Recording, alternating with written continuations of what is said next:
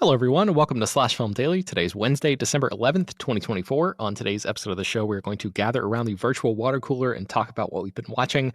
My name is Ben Pearson. I am an editor at slashfilm.com, and I'm joined on today's episode by Slash Film editor Brad Oman. Hey, that's me. All right, Brad, before we get into what we've been watching, tell me what you've been doing recently. Yes. Well, it's the holiday season. So hoop-de-hoop and bibbledy-bop and all that jazz. So there is, if there's one claim to fame that my hometown of LaPorte, Indiana has, it's that the movie Prancer was shot here. If there's two claims to fame, it's that Amy Brenneman's character says she's from LaPorte in the Sylvester Stallone movie Daylight. So there you go. But this year, Prancer is celebrating its 35th anniversary. And because of that, director John Hancock got together with the city of LaPorte and also the city of Three Oaks in Michigan, which is where the movie is set and was also partially shot, to do this big 35th anniversary celebration called Prancer Palooza. Which means a bunch of prancers or something like that. I don't know if that's what Palooza does to a word. But so they're having like a part of it in Three Oaks and they're having part of it in LaPorte. And so in LaPorte, they're having a special screening. And me and my friends Ben Conowitz and Nate Laux, who co-host the Go Flix Yourself podcast with me, are co-hosting the Q&A with director John Hancock and star Rebecca Harrell-Trickle, who played the young girl Jessica in Prancer, as well as the actress who played her Aunt Sarah in the movie. Sam Elliott was supposed to be here, but unfortunately there ended up being some kind of conflict with his schedule, and he is no longer able to make it. And the same thing happened with Mark Ralston, who I was also particularly interested to talk to because he's been in Aliens and Shawshank Redemption and stuff. But unfortunately, he can't make it either. But it's still going to be a really fun event. We're doing some cool things ourselves to kind of like make it a little more exciting. We're going to do like this cool pre-show roll that has like commercials from like 1989, like set from Christmas time and stuff like that. And before the movie, we're going to play like the kind of trailers that would have played with Prancer at the time and have a bunch of like retro movie theater bumpers and everything too. So it should be pretty fun. That sounds like a blast, Brad. So I have to ask maybe a dumb question. What is Prancer? I don't think I've ever even heard of this movie. What? Yeah, what is this? Interesting. So this is a Christmas movie. It's not as like popular as like a Home Alone or a Christmas Vacation because honestly, it's a bit more of a dramatic Christmas movie. And it's, if I'm being honest, it's a little bit of a downer because it's more serious. Honestly, it's kind of like if there were a Sundance Christmas movie. It's set in this very small rural town. There's this young girl named Jessica, and her family, she lives with her father. Her mother has passed away, and her father's played by Sam Elliott. And it's kind of hard times on their farm. They have an apple farm, and it's just not like a great time for them. And she comes to believe that Prancer, one of Santa's reindeer, has gotten lost from the North Pole and ends up in their woods. And so he's injured, and she secretly takes care of him on the farm and tries to hide it from her dad and stuff like that. Sam Elliott's kind of a grumpy dad in this one because he's just super stressed and he doesn't really know what to do, like with his wife being gone. And so like it's I would recommend watching it, because it's a pretty good movie. It's not necessarily the most uplifting Christmas movie, but it's solid. It's a very grounded indie style Christmas movie, I would say. And it has Ariana Richards is in it. She has a small part as Jessica's friend in the movie. Johnny Galecki has a small role in it. Cloris Leachman is in it. Abe Vigoda is in it. Oh wow! Yeah. Okay. So, that sounds pretty rad. Yeah, I would recommend just giving it a watch if you haven't seen it.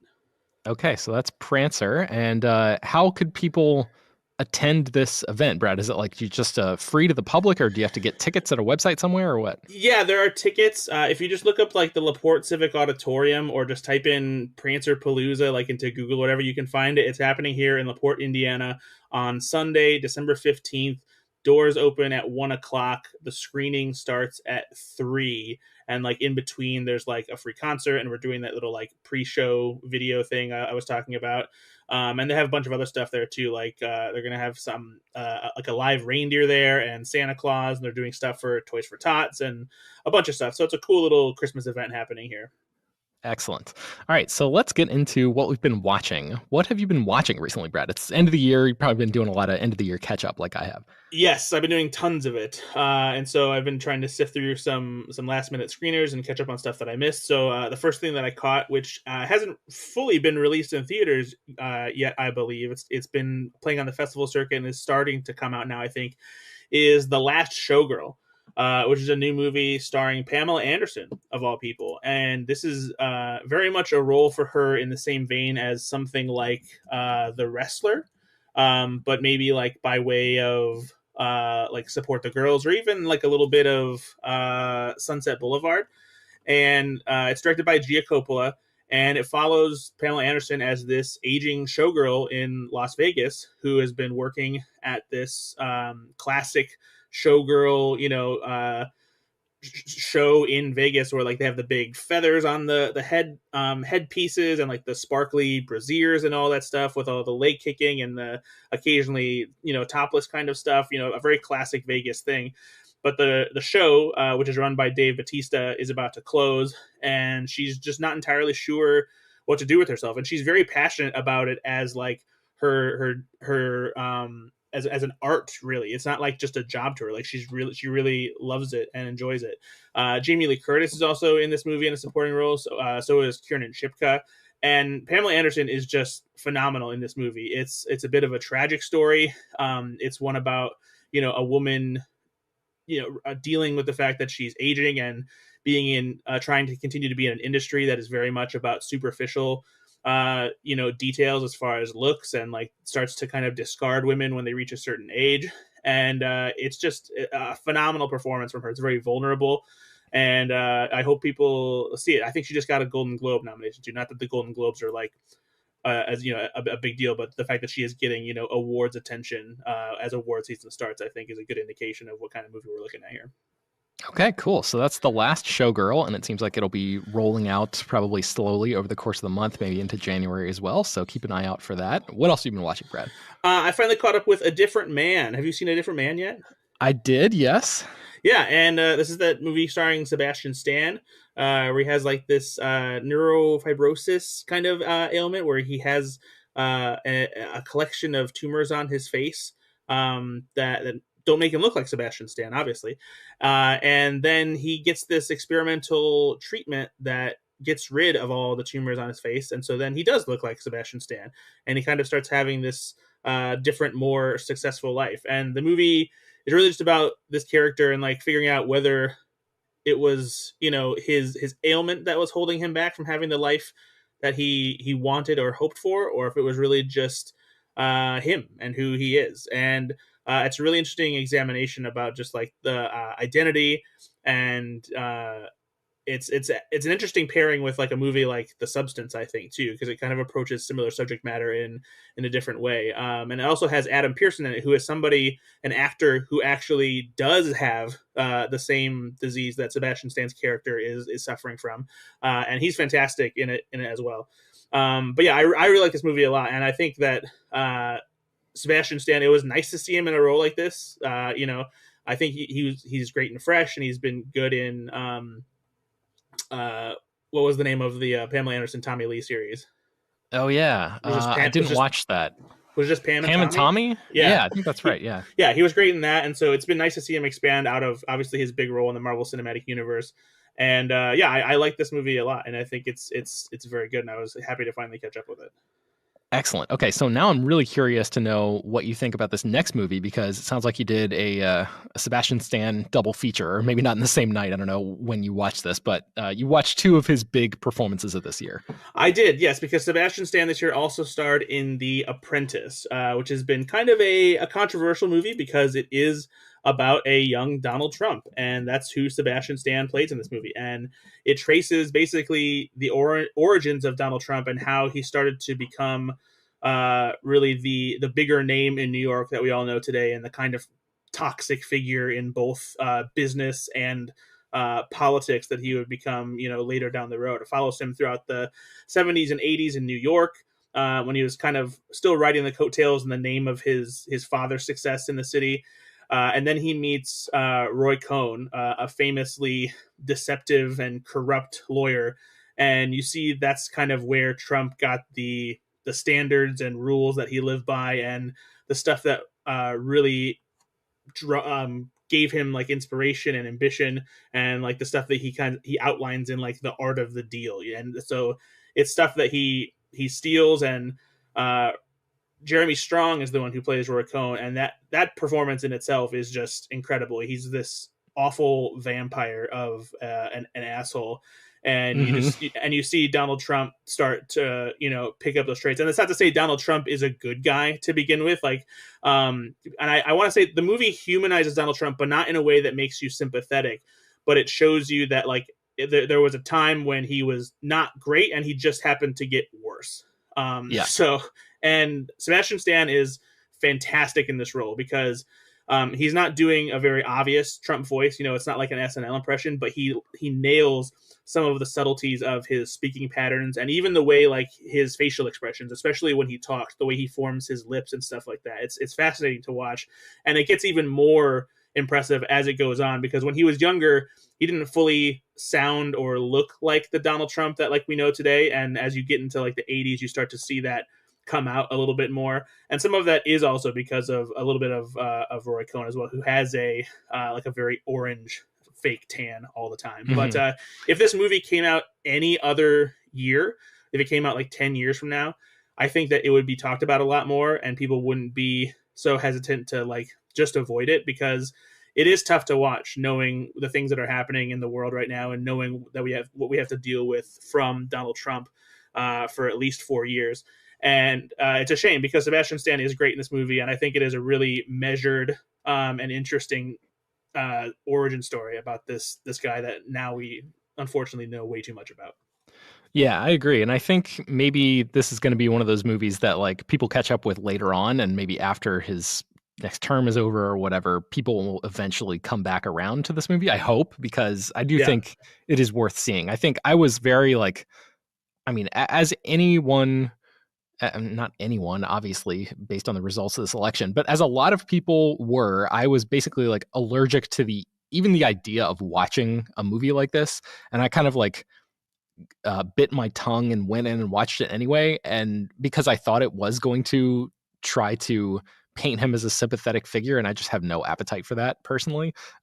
So I was surprised when it didn't do that, and I think there is a lot more here than initially might meet the eye or whatever. So yeah, I hope people track it down.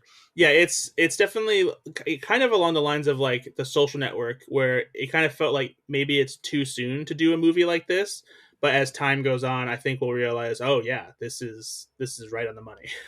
Yeah, I think, I don't know, in terms of the trumpet of it all, I feel like I didn't really learn very much that I didn't already absorb just through, I don't even like read that much politics news and consume that much about him. But, there just sort of has been so much information shoved in my face about him over the past 10 years or whatever that I kind of feel like I knew a lot of the stuff. But watching Stan actually go through that transformation and almost become like kind of like a more of a cartoon character type of figure as his fame balloons near the end of the movie, and then really the Roy Cohn thing, the Jeremy Strong performance that you mentioned, I think that is like the true reason for people who might be like even more allergic to Donald Trump stuff than I was to watch this movie. And I certainly would not whatever I would not begrudge begrudge. Thank you, Jesus. I would not begrudge people the idea of like waiting for several years to catch up with this movie. I just hope they do eventually, because I think that Cohn or the Jeremy Strong performance is worth checking out. So, what else have you been watching, Brad? I also watched The Order, and I really want to get this movie in front of people's eyes, because I feel like a lot of people are sleeping on it, and it hasn't been like talked about a great deal. It just hit theaters last weekend, so it's in theaters now. This is the latest movie from Justin Kurzel, and it is based on a true story, and it takes place in 1984 following the FBI's pursuit of a militia that is rising out of an Aryan nation community. Jude Law plays this sort of grizzled FBI agent who's been tasked with like figuring out what they're doing, because there's been rumblings that Nicholas Holt's character has been kind of building a small group of people, and they've been robbing banks, building money to try and get themselves an army that has plenty of weaponry, and they plan on executing terrorist attacks and at various places at key points across the country and stuff like that. And Jude Law, first of all, is outstanding in this role. I would love to see him do more roles like this, because he really does just a fantastic job of playing this, gruff FBI agent without being a cliche. And Nicholas Holt is also fantastic in this, because he plays this character with such cold conviction, but he also has a charm to him that it makes him scary, because you can see how somebody like this could convince other people to be on his side and to think that this is the right thing to do. And that's maybe the most terrifying thing, is not seeing that these people are like cartoonish, monsters, but that they feel they do feel like regular people, and that they have the power to convince other people to also believe in evil, terrible things. Yeah, So 100%. Yeah. yeah, this is just a great cat and mouse thriller. It's intense, it's suspenseful. There's some good action in it. Performances are outstanding. I really dug this movie. I hope people go out of their way to see it. Yeah, the action is pretty good in it too. I mean, it's not like a full-on action movie. I would say it's more of like a thriller or something, I guess. More of like almost like a detective story type of thing. But the action when it hits, I think is really effective and very well done. And yeah, man, it's such a scary movie to watch because of what you said, the Nicholas Hoult performance, and like it's kind of a blueprint for white supremacy. Basically, it's not people wearing robes and burning crosses in the yard and being these sort of like goofy figures that like I'm thinking of something like Django Unchained, for example, where like these characters are like doofuses. Basically, it's much more dirty and grounded and real, and like so easy to understand how people can. It's not even. It's not even presented as like people making a big leap into it. Nicholas Holt's character does such a good job of like reaching out and bridging that gap and capitalizing on whatever ailments these people are experiencing in their lives or their societies or their homes or whatever, and just being like, hey, come over here, we got the answer. And it's so magnetic in a terrible way, and it's really, I think, instructive for people who maybe wonder how this kind of thing can still be operating in our society, even though this movie I think takes place in like the 80s or something. Yeah, is that right? 84, I think. But yeah, there's so many like direct through lines to what's going on in the world right now. It's pretty wild. So yeah, The Order is the name of the movie, and it's in theaters right now, so definitely check that one out. So interestingly, Brad, you also did another sort of double feature type thing of another actor, and that's Nicholas Hoult, who also appears in Juror Number 2, Clint Eastwood's new movie. So what did you think about this one? Yes, yeah, it was kind of like a fun little double feature that I had. Man, I dug this movie a lot. I was intrigued by the trailer. I wasn't expecting a lot, other than I heard some people talking about how good it was and how much of a bummer it was that Warner Brothers kind of buried this movie by only releasing it in like 50 theaters across the country for a little bit before it hits Max later this month. And I'm glad I went on my way to watch it, because I really do think this movie is fantastic. It has a very classic feel to it in the style of courtroom drama it is. We talked a little bit about this in one of our ranking episodes, because you kind of criticize the dialogue in this movie, and I actually so just to be clear, that episode has not come out yet. It's coming out like I don't know, like middle of December, I think, or maybe the week of Christmas or something. So we banked that forgot episode. about that. Yeah, no worries. But yeah, people will hear us sort of argue about this, and then maybe we'll backfill some of that conversation now. So so go ahead and say what you think about the dialogue in this movie. Well, I just think the script of this movie is really weak. I talked about it, I think, with Chris, like a few weeks ago, and like the ideas in the movie are really solid, and the bones of the movie I think are super solid. Like it's such a great premise. I just think the execution of it and the script getting you from point A to point B is just so awkward and so dumbed down, and it just feels I don't, it's just like incredibly tough to watch because it's just a lot of things that feel hard to swallow come right after the other, and then it's just a really inelegant script, I think. And it kind of it took me out of the movie so often that it zapped the actual power that I think the movie had sort of lurking in its bones there. But what did you think about it? Yeah, that's really fascinating to me because for me, I think that that's a big part of like what made it feel kind of like a classic movie to me, like a movie that easily could have been made in like the 1950s or something like that. Because I agree with you. I don't think it's necessarily the most like uh elegant or sharp dialogue, but I think it serves the movie well. Kind of similar to like there were some criticisms as far as like how Trial of the Chicago 7 was depicted. And to me that was another movie that like I kind of feel like it calls back to like movies like Mr. Smith Goes to Washington or 12 Angry Men. And movies are both incredible and they're very well written. And I think this also is very well written. And it has a just like a vintage feel to it, and so that to me it worked, and the performances all fed into that. In particular, aside from the fact that Nicholas Hoult is great, and so is Toni Collette and Chris Messina, but I was particularly impressed by Cedric Yarbrough in this role because he's somebody who is pretty much predominantly known for comedy. I'm not even sure if he's really done any dramatic roles like this. And he's very good in his supporting role in this as one of the members of the jury alongside Nicholas Hoult. But yeah, I thought this movie was fantastic. I was really impressed by it, considering I haven't really loved Clint Eastwood's movies for a little while now. Yeah.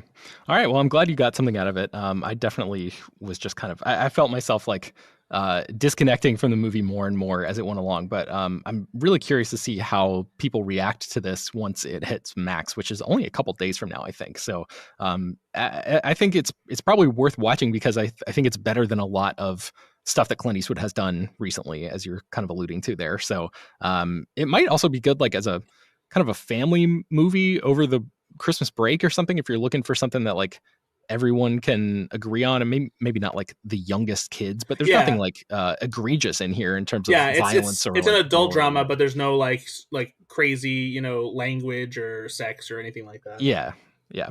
Okay, so that's juror number two. It'll be on Max very soon. What else have you been watching?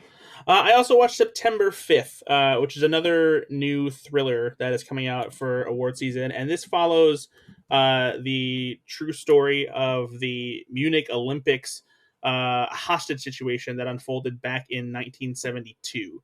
And this feels a little more timely than maybe it was ever intended to be, because it does deal with Israeli athletes being held hostage by a terrorist group.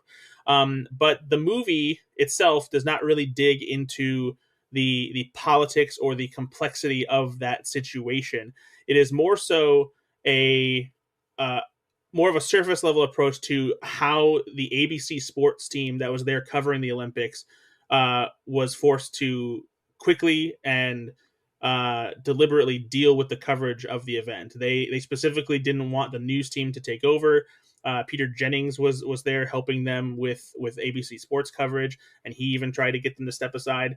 But you have Peter Sarsgaard playing the guy who's in charge of ABC Sports, holding on to their coverage of the story.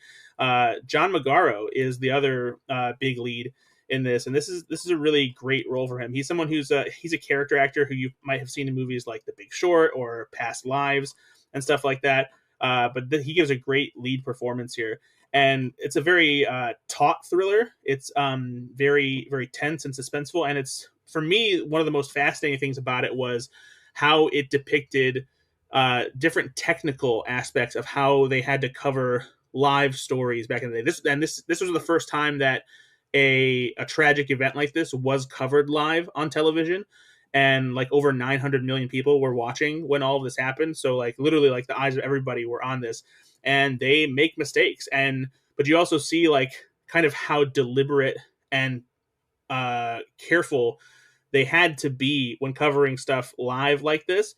And even then, mistakes are still made, but it feels like the focus on the technical aspects of it is something that shows like maybe the flaw that there is today in how we cover stuff live, because things happen so much faster and it doesn't take as much effort to cover certain things or to like give information to a large group of people.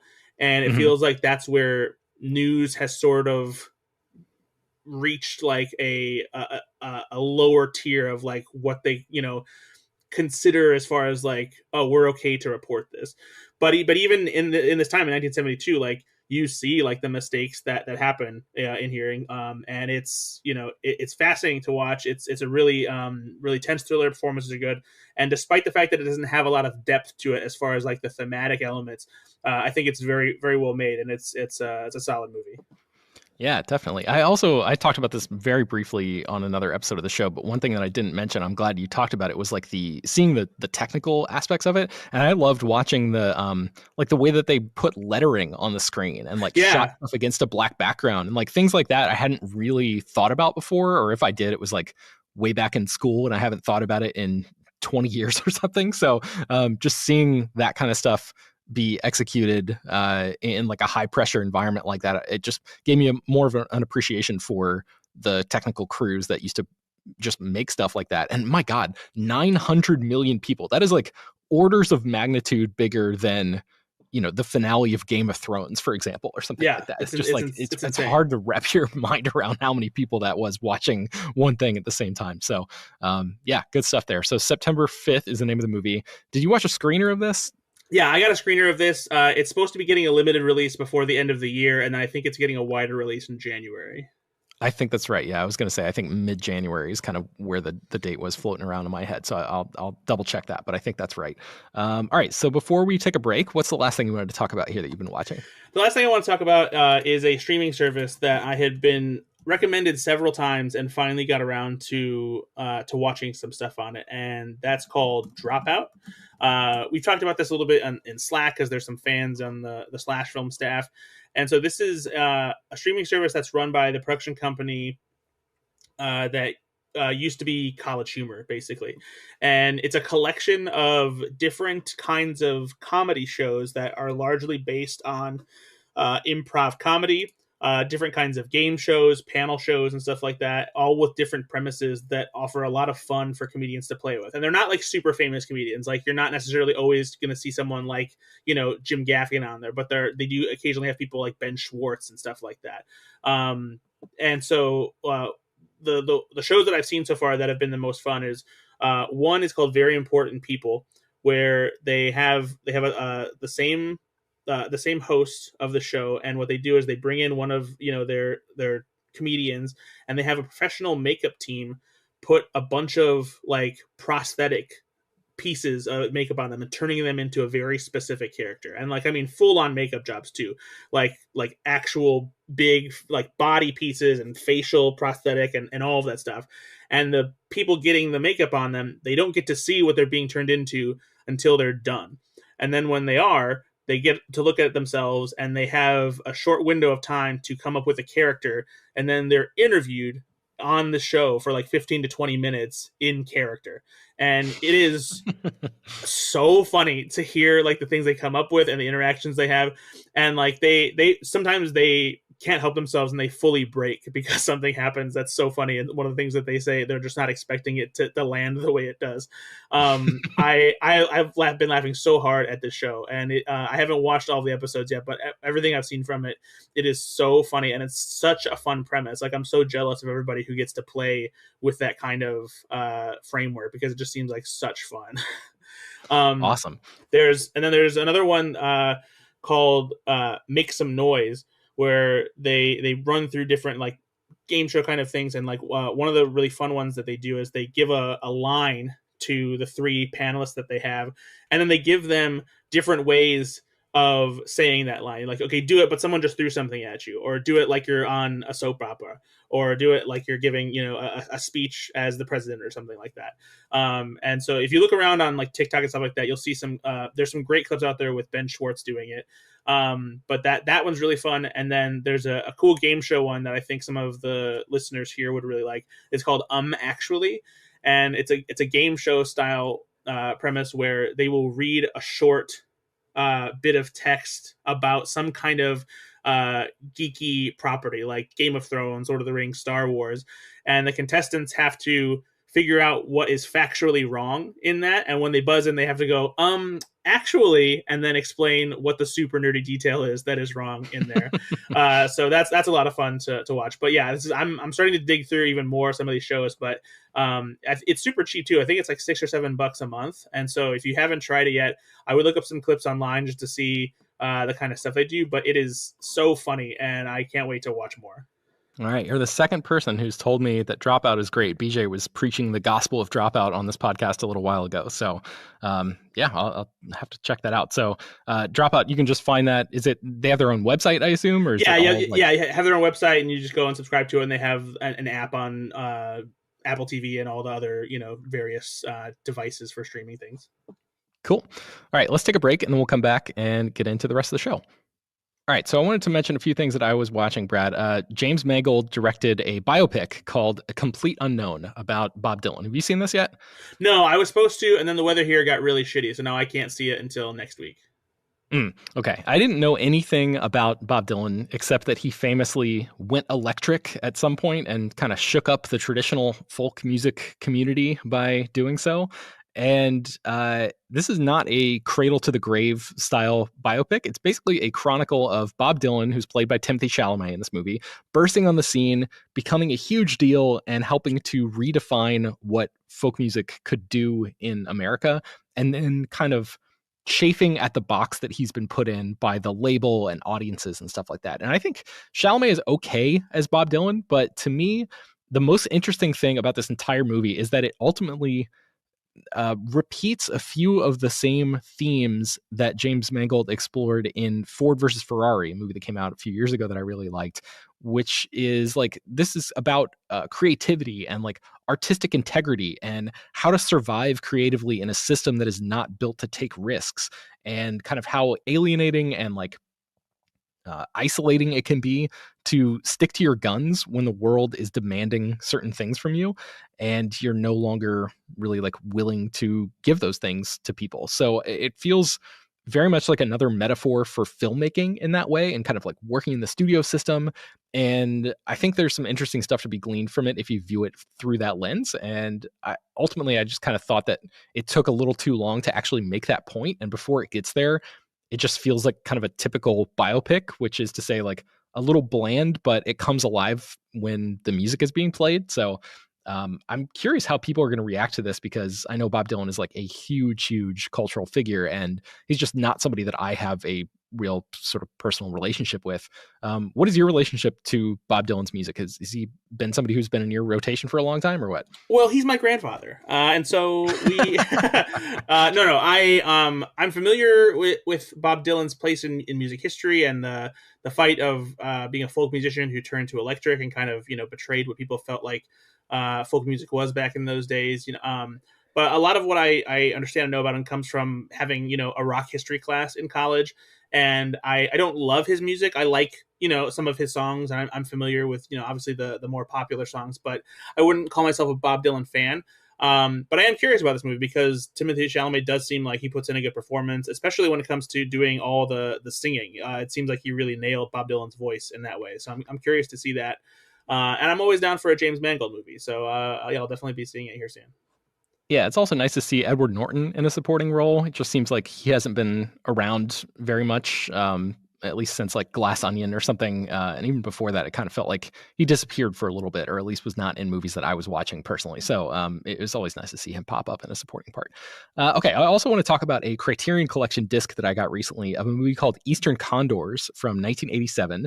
This is essentially The Dirty Dozen, but reimagined as a Hong Kong action movie. And it's kind of as awesome. It's as awesome as that sounds. So Sammo Hung directed this. And if you think about like those classic Vietnam War movies about rescuing somebody behind enemy lines, this is basically one of those, but with people doing just ludicrous and outrageous stunts along the way. It's really, there's some jaw-dropping stuff in here. There are like people going over the edge of real waterfalls and jumping out of massive trees to take out enemy soldiers underneath them that are like dozens of feet below them, and like leaping off of a small cliffside and landing in the back of a moving vehicle. Just like incredibly dangerous stuff. And then there's also a lot of like the kind of machine gun running and gunning that you would expect from a classic war movie. So I think there's a lot to like about this. I had never seen it before, but I saw that it was coming to the Criterion Collection, and I was like, you know what, this might be fun, and it definitely is. There's also like a James Bond style conclusion to the movie, set in this big missile facility that looks like one of those sets that Ken Adam, who was the famous production designer, cooked up in the Sean Connery era of Bond. So I think, yeah, Eastern Condors is really solid. If you're into martial arts movies, I would say give this one a shot. When did this come out? 1987. Oh, okay, so it's been a while, but yeah, it's good stuff. I recently talked about No Country for Old Men. I rewatched that for the first time in a while, and I talked about it not too long ago on the podcast. But Criterion recently put out a 4K version of it, and I got that, and man, it just looks excellent and has a couple of fun special features that I wanted to highlight. So specifically, there's a 40-minute interview with Roger Deakins, the cinematographer and one of the producers, and then there's also a separate interview about the same length with Joel and Ethan Coen that was recorded this year. So it was really nice to see the two of those guys together after kind of splitting them. They like split up as filmmakers. I don't know if they're making movies together anymore. Maybe they will one day or something, but they kind of like went their separate ways. So it was nice to see them together on screen again and like reminiscing and talking about their movie and stuff. And like the interview being 40 minutes long, that's long enough for them to actually get into like some real minutia about the making of the movie that they just absolutely would not have time for in a regular junket style setting. So I loved listening to them talk about the movie and really like dig into the details of making it. They're like talking about like, there's a moment during the sort of call it friendo gas station scene where Anton Chigurh puts a wrapper down on the counter, and like the camera focuses on that as this wrapper goes from being scrunched to like expanding back into its normal state, and it's this plasticky wrapper making the sound and stuff. And they're talking about how there's no real score in the movie, and how just being able to have the freedom to focus in on a really tiny detail like that. And they were just talking about what that sort of meant to them as filmmakers, and like how they were able to execute something like that. So I really recommend that 4K disc of No Country for Old Men if you're a fan of that movie. There's some awesome stuff on there. And then the last thing I wanted to talk about is a movie called Seconds, which I had never even heard of. Are you familiar with this movie from 1966? John Frankenheimer directed it. No, I don't think I know what this movie is.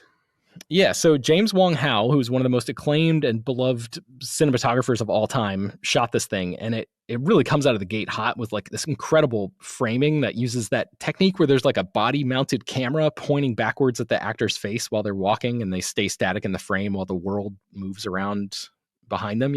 I was kind of under the impression that technique didn't come into play until many, many years later, but evidently this movie from the mid-60s was one of the earliest films to use it. And the story is about this guy who is played by John Randolph, who is the actor who played Clark Griswold's dad in Christmas Vacation. That's where I know him from. Okay. And I'd never seen him in anything else, but he plays this guy who is kind of like a middle-aged banker who gets roped into faking his death and having this elaborate plastic surgery to change his identity. And he quickly realizes that this new life, where he's played by Rock Hudson, is not all that it's cracked up to be. It's kind of like a different man in that way. But I think the movie has a lot on its mind, and there's some really cool, like the grass is always greener stuff in there about the lure of freedom from a seemingly humdrum life, and how even if you change your appearance, you can't actually escape from yourself, which is another thing that I think A Different Man taps into pretty well. But overall, it's pretty slow, and it's kind of a meandering plot, and I'm not really sure that I would recommend this to be like at the top of anyone's watch list. But what I would recommend though, Brad, is the box set that it came in. So Criterion sent me this big 40th anniversary box set. Oh, you got it, you son of a bitch. Yeah, it's awesome, man. It's got 40 curated movies in it, and it has stuff like 8.5 and All That Jazz and In the Mood for Love, Night of the Living Dead, Barry Lyndon, Do the Right Thing, Armageddon, Hunter. No, and Armageddon is not in there as far as I know. But there are a ton of movies in there that I haven't seen. So I'm going to be talking more about those as I sort of check my way through that next year. But the box set comes with this big book that I haven't even had time to dip into yet. And this is not an ad, but I swear to God. But as of this recording, I just got an email today that the whole set is 30% off at criterion.com. So if you're either looking for a Christmas present for someone, or maybe if you get flush with cash during Christmas and you are looking for a great cross section of film history that's all in one place with like the added bonus of it being in physical media form, check out this box set. I think the nickname of it is CC40. So I'm really enjoying that so far. So Seconds, this movie from 1966, was the first movie that I watched from there. All right, let's get into what we've been eating. What have you been eating, Brad, as we head into mid-December here? Here we go. I got a couple holiday treats that are out there for you. First, there's new cinnamon swirl Lindt chocolate truffles. I always like trying the new flavor of these. Lindt chocolate truffles are one of my favorite chocolate kind of sweets to get. The best one is the mint cookie crumble one that comes out around the holidays. But this one's very good too. It's a white chocolate and it has a little bit of like a cream cheese cinnamon roll frosting flavor, of course, with some cinnamon spice sprinkled in there as well. It's kind of like having like a candy, a chocolate truffle version of like a Cinnabon, basically. Okay. And the cinnamon flavor isn't like super overpowering or anything like that. And the white chocolate with like the little bit of like cream cheese flavor gives it a nice pairing with that too. So yeah, it's they're very good. I like them a lot. Excellent. There's also a new flavor of Flips covered pretzels. This one is Snickerdoodle flavored.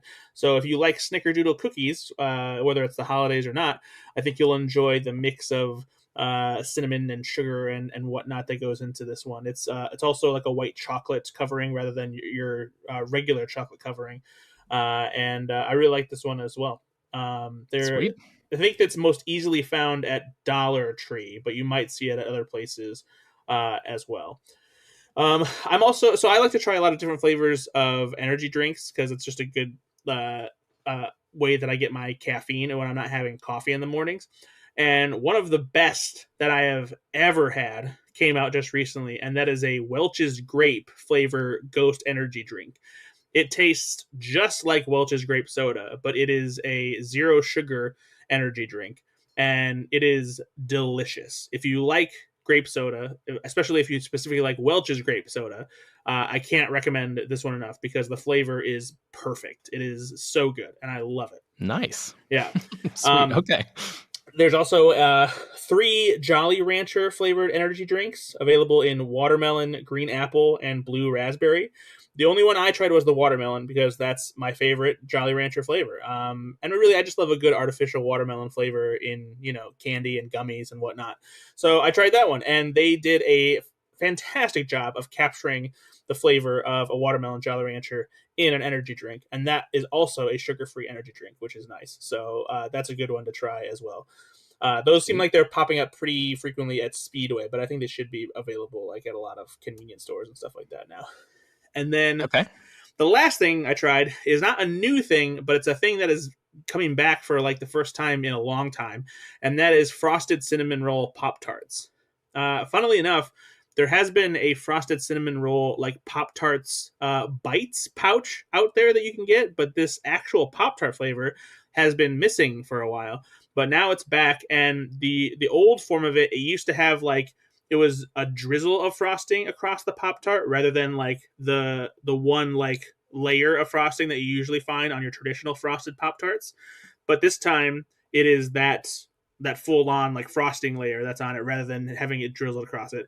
And someone had asked on my Instagram, Brad's Junk, which by the way, if you don't follow Brad's Junk, that's where you can find out about a bunch of other cool snacks and drinks and stuff that I find. Someone asked if it tasted a lot different from the brown sugar and cinnamon Pop-Tart, which is like one of their staples. And I can confirm, if you have never had it, yes, it does, because the inside filling is very similar to like the kind of cinnamon goo you would find inside of like a cinnamon roll, a Cinnabon and whatnot. And the frosting that's on top of it does have a like familiar like cream cheese frosting flavor to it. And so it's not just like the brown sugar cinnamon one with a different frosting. It is very good, and I'm glad they're back because it's been so long since I'd had them. Okay, so that's frosted cinnamon roll Pop-Tarts. Real quick before we go, Brad, I have a question about how you find out about this stuff. Do you sometimes we get not sometimes, every day, we get press releases in the movie and TV world about new stuff that's coming out or studios sending out blasts of information that they want people to have and publicize or whatever. Do you get press releases for all of these snack foods and stuff? Are you on lists where you get official information from these companies that kind of lays out what they're doing, or like, hey, this thing is coming back after being away for a couple of years or whatever? Yeah, not all the time. But I do have connections with some companies where I get press releases, and they'll send me samples of stuff, and they'll give me a heads up of like when things are coming out. There's also like an organization of like snack influencers on social media who do kind of similar things that what we do with entertainment news, where they dig and they like find out about scoops ahead of time, or they hear about leaks from people who work at different roles in certain companies, and they find out about like a new Mountain Dew or something like that that's coming out, and there's pictures that leak out there. A lot of the companies, they'll also just totally surprise announce stuff like on their social media and stuff like that, and then everyone just like picks it up and they're like, oh, hey, this is coming out. And there's times where it's like the grocery industry doesn't have like a very firm way of like keeping stuff from getting out ahead of time, because there are so many grocery stores and there are so many managers and stuff like that who like don't necessarily pay attention to like when stuff is supposed to be on shelves. And so stuff will just come out on shelf before it's like officially announced by the company, and someone finds it on shelf and they're like, hey, I just found this.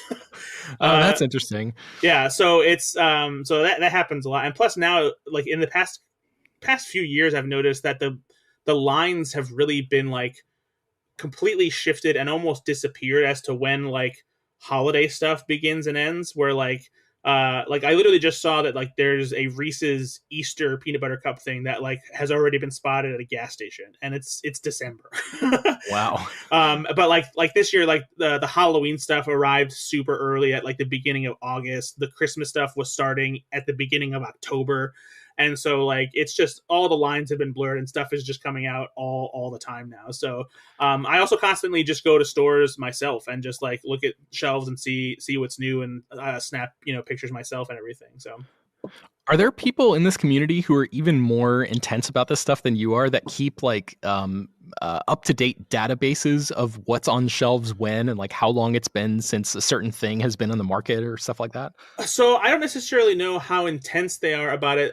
There are certain very specific snack influencers that like do seem to keep close track about it. I think more so it's a lot of like websites that cover food and stuff like that pay closer attention and figure out like when the last time something was out was, or when something is given like a graphics refresh on the box, but it's not like a new product or a flavor change or something like that. Oh, nice. But then they're like there are some people out there who like they really dig in, and they'll get the scoops of like Starbucks menus before it comes out and stuff like that. So yeah, it's a whole like industry thing in itself, as like it is with the way we cover entertainment news. So Wow. Okay. All right, cool. So I'm going to put a link to your Instagram in the show notes if people want to check that out and follow your account there if they are not doing so already.